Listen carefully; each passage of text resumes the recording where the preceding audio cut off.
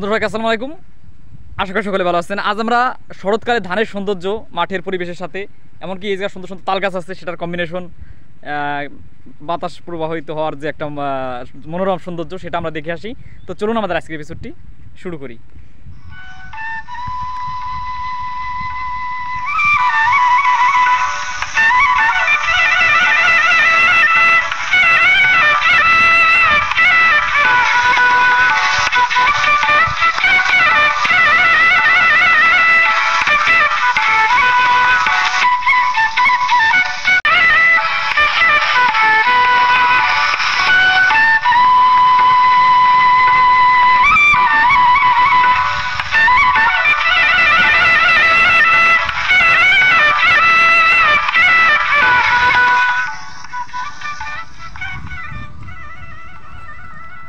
তো বন্ধুর কথা হচ্ছে, আমাদের দেশে যে নবান্ন উৎসব হয়ে থাকে অগ্রহায়ণ মাসে যে ধানটা পেকে থাকে, ওই ধানটাই কিন্তু এখন এই রোপণ শুরু হয়েছে। বিশেষ করে ওটা 3 থেকে 4 মাস থাকবে, তারপরে পেকে যাবে। তারপরে কৃষকরা ধানগুলো কেটে বাড়িতে নিয়ে সারা বছরের যে খরচ, একই সাথে পিঠাপুলির যে একটা আয়োজন উৎসব, সেটা কিন্তু অবশ্যই চালু হবে। এটা হচ্ছে মূলত।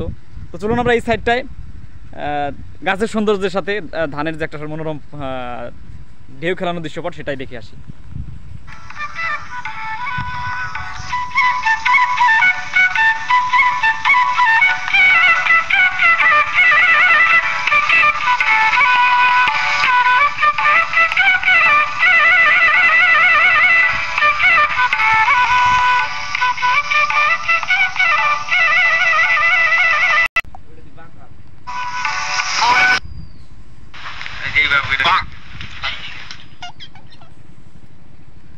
এই সাউন্ড অফ করো, সাউন্ড অফ করো।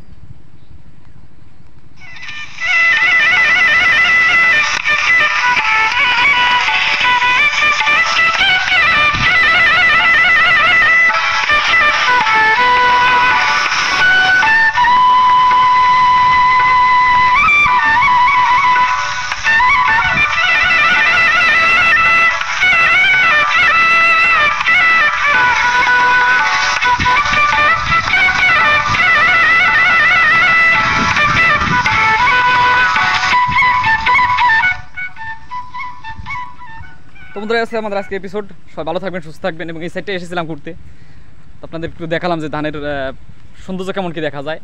তা আশা করি মোটামুটি আপনাদের কাছে তেমন খারাপ লাগে নাই, ভালোই লাগছে। এই হচ্ছে আমাদের আজকে এপিসোড। সবাই ভালো থাকবেন, সুস্থ থাকবেন।